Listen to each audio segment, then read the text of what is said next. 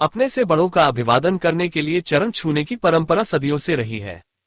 सनातन धर्म में अपने से बड़े के आदर के लिए चरण स्पर्श उत्तम माना गया है। प्रत्यक्ष और परोक्ष तौर पर चरण स्पर्श के कई फायदे हैं। चरण छूने का मतलब है पूरी श्रद्धा के साथ किसी के आगे नतमस्तक होना। इससे विनम्रता आती है और मन को शांति मिलती है। साथ ही चरण छूने वाला दूसरों को भी अपने आचरण से प्रभावित करने में कामयाब होता है। जब हम किसी आदरणीय व्यक्ति के चरण छूते हैं तो आशीर्वाद के तौर पर उनका हाथ हमारे सिर के ऊपरी भाग को और हमारा हाथ उनके चरण को स्पर्श करता है। ऐसी मान्यता है कि इससे उस पूजनीय व्यक्ति की पॉजिटिव एनर्जी आशीर्वाद के रूप में हमारे शरीर में प्रवेश करती है। इससे हमारा आध्यात्मिक तथा मानसिक विकास होता है। शास्त्रों में कहा गया है कि हर रोज बड़ों के अभिवादन से आयु, विद्या, यश और बल में बढ़ोतरी होती है। इसका वैज्ञानिक पक्ष इस तरह है, न्यूटन के नियम के अनुसार दुनिया में सभी चीजें गुरुत्वाकर्षण के नियम से बंधी हैं। साथ ही गुरुत्व भार सदैव आकर्षित करने वाले की तरफ जाता है। हमारे शरीर पर भी यही नियम लागू होता है। सिर को उत्तरी ध्रुव और पैरों को दक्षिणी ध्रुव माना गया है।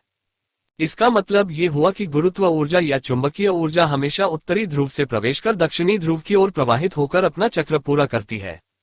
यानी शरीर में उत्तरी ध्रुव सिर से सकारात्मक ऊर्जा प्रवेश कर दक्षिणी ध्रुव पैरों की ओर प्रवाहित होती है। दक्षिणी ध्रुव पर यह ऊर्जा असीमित मात्रा में स्थिर हो जाती है। पैरों की ओर ऊर्जा का केंद्र बन जाता है।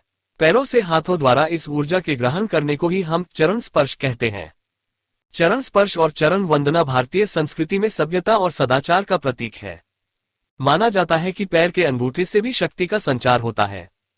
मनुष्य के पांव के अंगूठे में भी ऊर्जा प्रसारित करने की शक्ति होती है। मान्यता है कि बड़े बुजुर्गों के चरण स्पर्श नियमित तौर पर करने से कई प्रतिकूल ग्रह भी अनुकूल हो जाते हैं। इसका मनोवैज्ञानिक पक्ष यह है कि जिन लक्ष्यों की प्राप्ति को मन में रखकर बड़ों को प्रणाम किया जाता है, उस लक्ष्य को पाने का बल मिलता है। यह एक प्रकार का सूक्ष्म व्यायाम भी है। पैर छूने से शारीरिक कसरत होती है। झुककर पैर छूने, घुटने के बल बैठकर प्रणाम करने या साष्टा दंडवत से शरीर लचीला बनता है।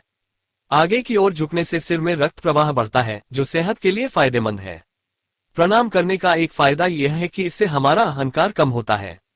इन्हीं कारणों से बड़ों को प्रणाम करने की परंपरा को नियम और संस्कार का रूप दे दिया गया है कि केवल उन्हीं के चरण स्पर्श करना चाहिए जिनके आचरण ठीक हो। चरण और आचरण के बीच भी सीधा संबंध है।